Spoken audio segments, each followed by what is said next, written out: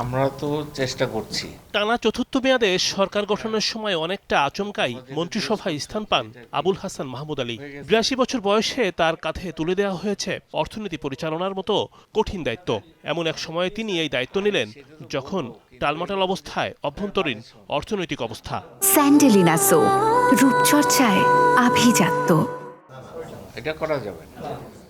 মাহমুদ আলী ঢাকা বিশ্ববিদ্যালয় থেকে অর্থনীতিতে ১৯৬২ সালে বিএ এবং ১৯৬৩ সালে এমএ ডিগ্রি অর্জন করেন।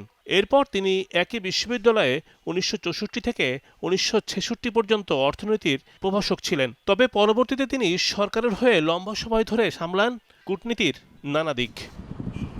মন্ত্রিসভায় যোগ দেবার ৫ মাসের মাথায় এসেছে বাজেট। এবার তিনি তুলে ধরবেন ৭,৯৭,০০০ কোটি টাকার আয় ব্যয়ের হিসাব। সরকারের এই মেয়াদের প্রথম বাজেট তৈরির সময় তাকে মাথায় নিতে হয়েছে উচ্চ মূল্যস্ফীতির দিক, এছাড়া রিজার্ভের পতন, মুদ্রাবাজারে অস্থিরতা, ব্যাংক ব্যবস্থায় সংকট, উন্নয়ন ব্যয় নির্বাহে অর্থের টান, বিদেশি ঋণ পরিশোধের চাপ, কর্মসংস্থান বৃদ্ধি সহ অভ্যন্তরীণ আয় বাড়ানোর চ্যালেঞ্জ বড় হয়ে সামনে এসেছে। অর্থমন্ত্রীর এক বছরের আর্থিক ব্যবস্থাপনা কিভাবে সাজাবেন তাই এখন দেখার বিষয়।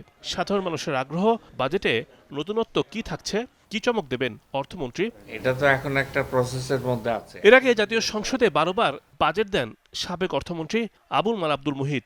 সাবেক অর্থমন্ত্রী সাইফুর রহমানও সংসদে ১২ বার তুলে ধরেন বাজেটের অর্থ বছরের আয় ব্যয়ের জটিল হিসাব। বিভিন্ন সরকারে ১৩ জন অর্থমন্ত্রী বা দায়িত্বপ্রাপ্ত ব্যক্তি উপস্থাপন করেন ৫৩টি বাজেট। রিমন রহমান, যমুনা নিউজ, ঢাকা।